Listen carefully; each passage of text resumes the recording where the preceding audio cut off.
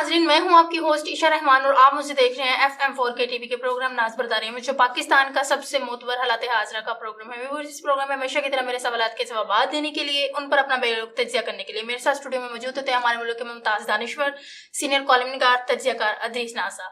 अस्सलाम वालेकुम सर। वालेकुम अस्सलाम। सर, पाकिस्तान में एक मरतबा फिर से मरदमशुमारी करवाई जा रही है, लेकिन कहा जा रहा है कि इस दफ़ा तमाम सूबे, तमाम सियासी पार्टियां जो उनके तहफ़्फ़ुज़ात हैं इस मरदमशुमारी के पेश नज़र, उनको जो है दूर किया जाएगा। किस तरह से कि वो फ़ौज की ज़ेर निगरानी और बायोमेट्रिक सिस्टम के ज़रिए से इस दफ़ा से मरदमशुमारी करवाएंगी। लेकिन क्या इस तरीके से मरदमशुमारी करवाने से जितने भी सियासी पार्टियों के सूबों के तहफ़्फ़ुज़ात हैं वो दूर हो पाएंगे? ईशा, ये बड़ी अफसोसनाक बात है। अच्छा, शहबाज शरीफ का एक जुमला जो है ना, वो बड़ा काबिल ज़िक्र है। वो उसने कहा था ना कि बेकारियों की कोई चॉइस नहीं होती, उनकी अपनी कोई मर्जी नहीं होती जी। मरदमशुमारी में भी इसको मलहूज़े खाते रखिएगा। पहली बात तो इंटरनेशनल स्टेक होल्डर्स जो हैं, जो आपको पैसे देते हैं, आपको पता है ना, हमें बहुत सारे इदारे पैसे देते हैं। यहाँ बहबूद आबादी के लिए पैसे दिए जाते हैं, आबादी को कंट्रोल करने के लिए। यहाँ भूख, अफलास, गुर्बत ख़त्म करने के लिए पैसे दिए जाते हैं। बहुत सारी NGOs और बहुत सारे इंटरनेशनल इदारे जो वो आपको पैसे देते हैं। अच्छा, जो लोग आपको आबादी कंट्रोल करने के पैसे देते हैं ना, वो सबसे पहले आपसे पूछते हैं जी कि आपने वो पैसे कहाँ खर्च किए और उनका नतीजा क्या निकला, फिर हम आपको देंगे। तो हमारे पास, हम आबादी को तो कंट्रोल कर नहीं पाए, आबादी तो जाहिर है बढ़ेगी। तो हमने क्या किया, मरदमशुमारी करके ना एक, तो उसमें आबादी कम करके पहले से तो बता देते हैं कि जनाब 20 करोड़ आबादी रह गई है, बाकी मतलब आबादी कम हुई है।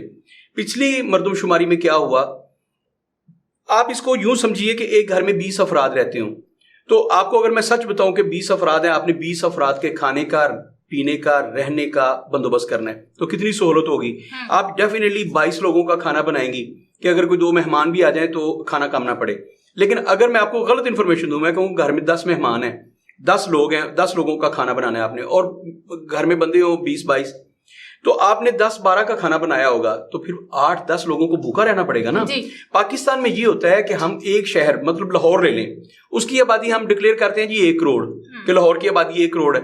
गुजरांवाला आबादी के एतबार से 1 करोड़ आबादी का शहर है, 1 करोड़ आबादी का जिला है। गुजरांवाला की बात करूं, लाहौर की, तो वहां पे विजिटर्स जो हैं, जो हर रोज आते हैं किसी ना किसी काम से, वो शॉपिंग करने आते हैं, सरकारी दफातर में जाते हैं, हाई कोर्ट में जाते हैं, हॉस्पिटल्स में जाते हैं, वहाँ सेक्रेटेरिएट में जाते हैं, सरकारी महकमों में सैरो तफरीह की गरज से जाते हैं, स्कूल के ट्रिप, कॉलेज के ट्रिप, जिस गरज से भी आप जा रहे हैं। 50 लाख वो लोग हैं जो डेली के विजिटर्स हैं लाहौर में, जो किसी न किसी वजह से लाहौर की तरफ मूव करते हैं, ट्रैवल करते हैं। उनमें से कितने लोग लाहौर में रहते हैं, कितने लोग वापस आ जाते हैं, ये अलग बात।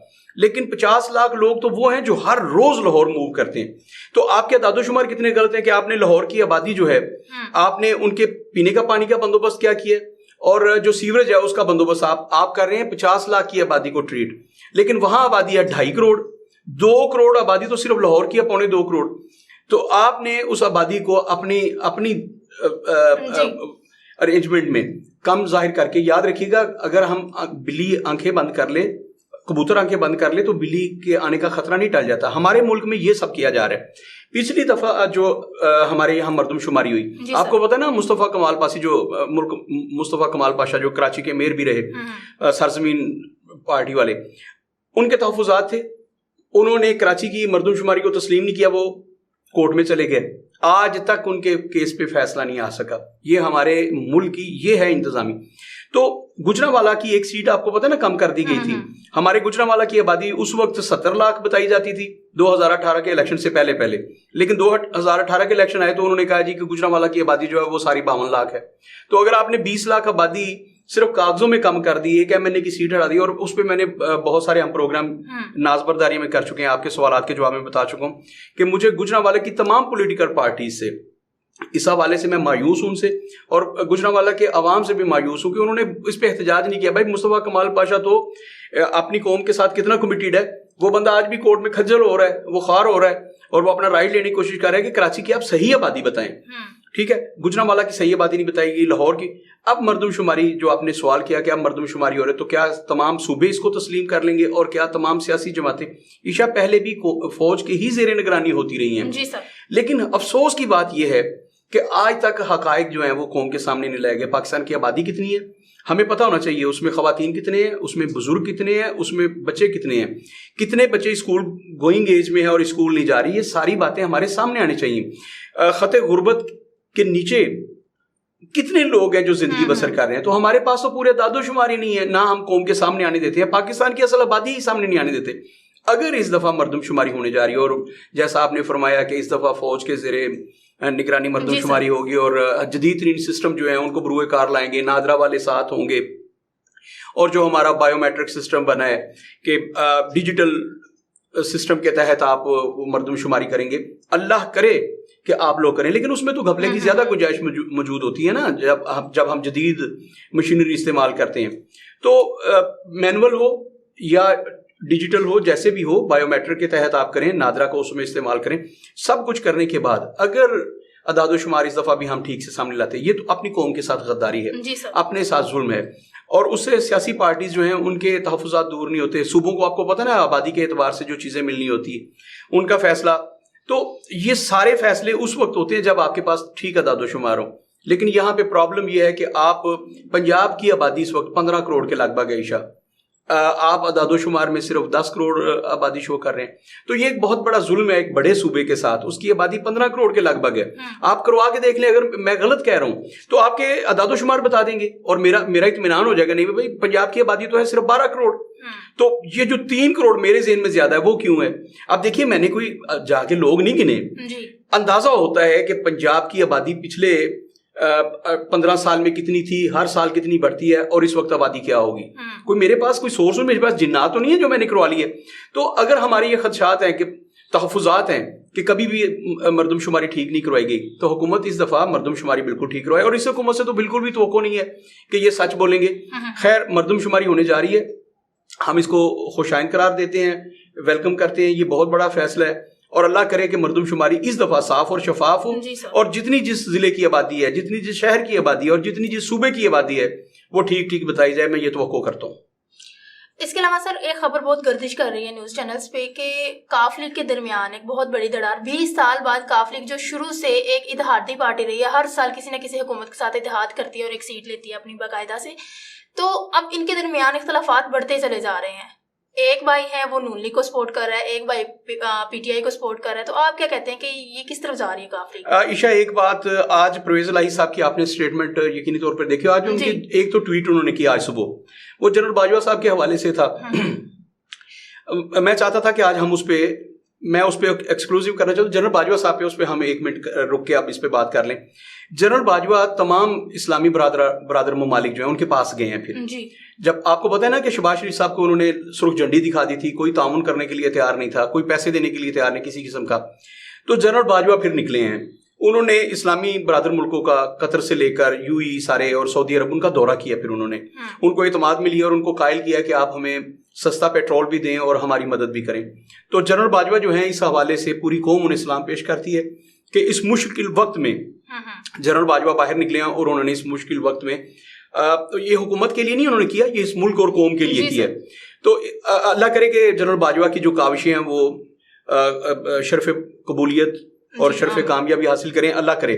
تو ہماری دعائیں باجوہ صاحب کے ساتھ ہیں. یہ ایک بڑا قدم ہے. آج ایک تو ٹویٹ کیا پرویز الہی صاحب نے اس حوالے سے, اور انہوں نے خراج تحسین پیش کیا ہے جنرل باجوہ کو. دوسرا انہوں نے جو آج کہا کہ مسلم لیگ کاب میں کسی قسم کی کوئی دراڑ نہیں ہے, ہم سارے بھائی ایک پیج پہ ہیں, یعنی کہ پرویز الہی صاحب اور چوری شجاعت حسین, ان کے ہم ساری فیملی ایک پیج پر ہیں, ہمارے درمیان کوئی اختلاف ہے.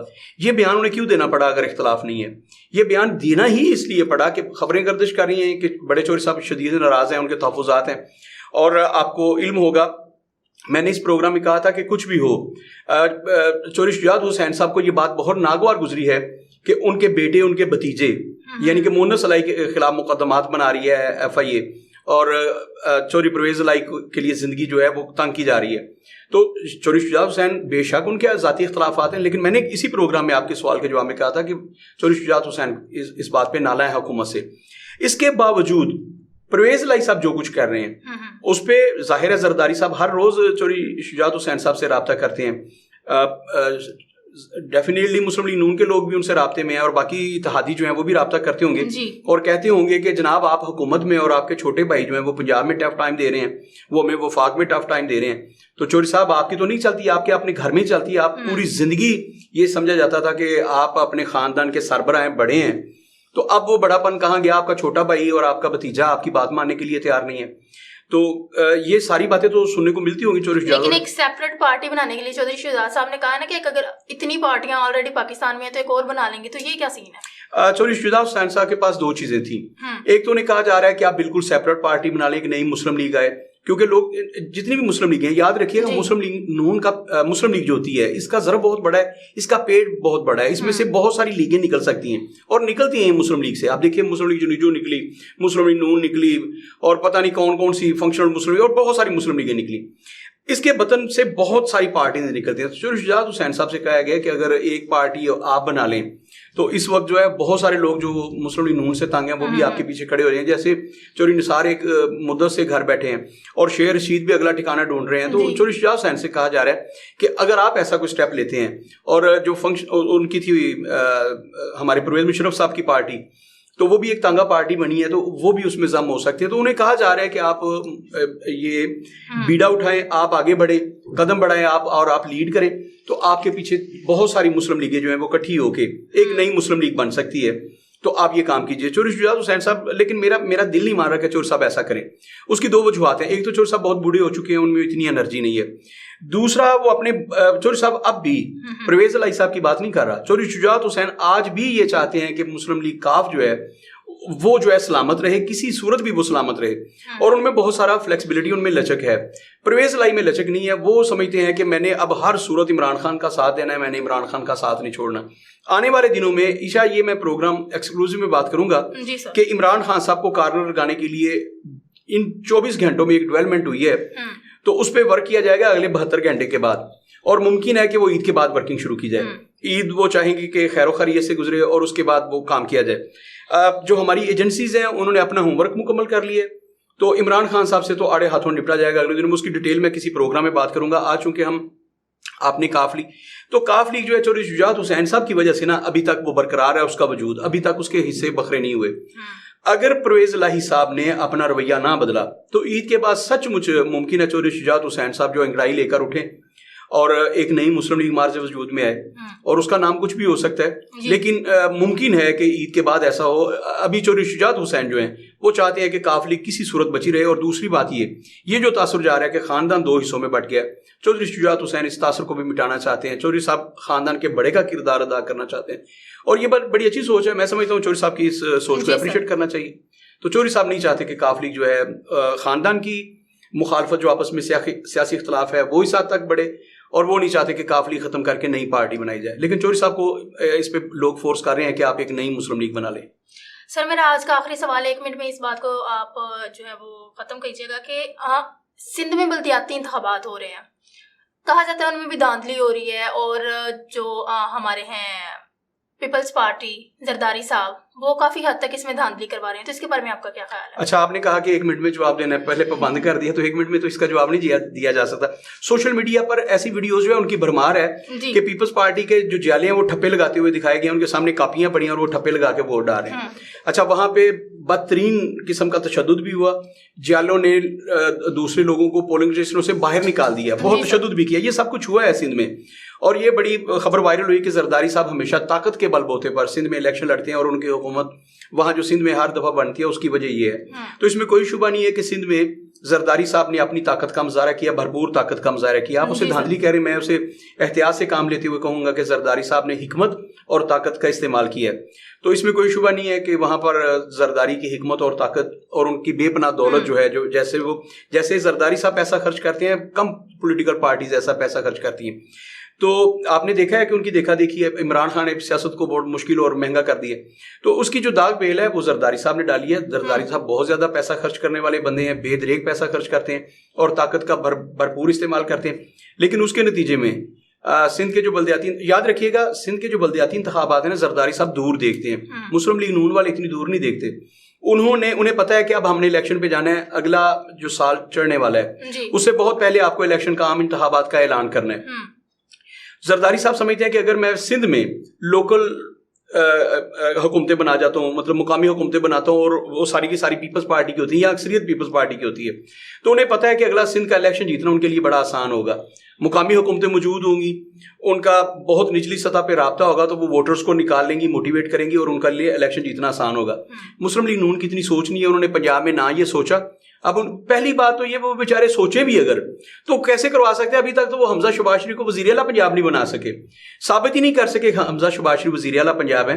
اور مجھے کال آئی تھی ابھی ڈاکٹر اعجاز بیگ صاحب کی, انہوں نے کہا جی کہ پی ٹی آئی جو ایک الیکشن جیتی ہے خیبر, وہ ایک طرف ساری کی ساری اتحادی تھے, اور وہ سیٹ جو تھی اے این پی کی چھوڑی ہوئی, وہاں عمران خان صاحب کا کینڈیڈیٹ جیتا ہے, وہ سیٹ جیت گئے.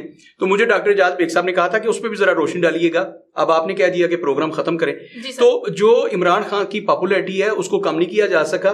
پنجاب میں اسے کیسے روکیں گے؟ اگر انتخابات کروا دیتے یہاں پنجاب میں بھی لوکل پارٹیز کا, تو شاید مسلم لیگ نون کی ساکھ کچھ بچ جاتی.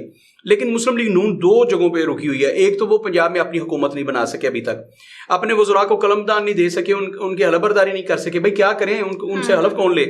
تو پہلی بات تو ابھی تک یہ نہیں پتا کہ پنجاب کا وزیر اعلیٰ کون ہے. نمبر ایک, عثمان بزدار ہیں یا حمزہ شہباز شریف ہیں, کیونکہ وہ ایک بڑی پارٹی جو ہے جس کو پی ٹی آئی کہتے ہیں, جو یہاں جنہوں نے حکومت کیا, وہ تو ماننے کے لیے تیار ہی نہیں ہے. اور اب پھر گیند کورٹ کی گیند میں ہے, گیند جو ہے وہ کورٹ میں چلی گئی ہے. تو ابھی کورٹ نے فیصلہ لینا ہے کہ پنجاب کی وزارت عظمیٰ کا اصل حقدار کون ہے. تو جب آپ اپنے وزیر اعلیٰ کا انتخاب نہیں کر سکے ابھی تک, تو آپ نے لوکل پارٹیز کا کیا کرنا؟ بار کا سندھ میں جو ہوا ہے اس میں بھرپور زرداری صاحب نے, ایک زرداری صاحب پہ بھاری انہوں نے ثابت کیا ہے کہ میں سب پہ بھاری ہوں, اور انہوں نے اپنی مرضی کی ہے. وہاں پہ طاقت اور حکمت کا اور دولت کا بھرپور استعمال ہوا ہے.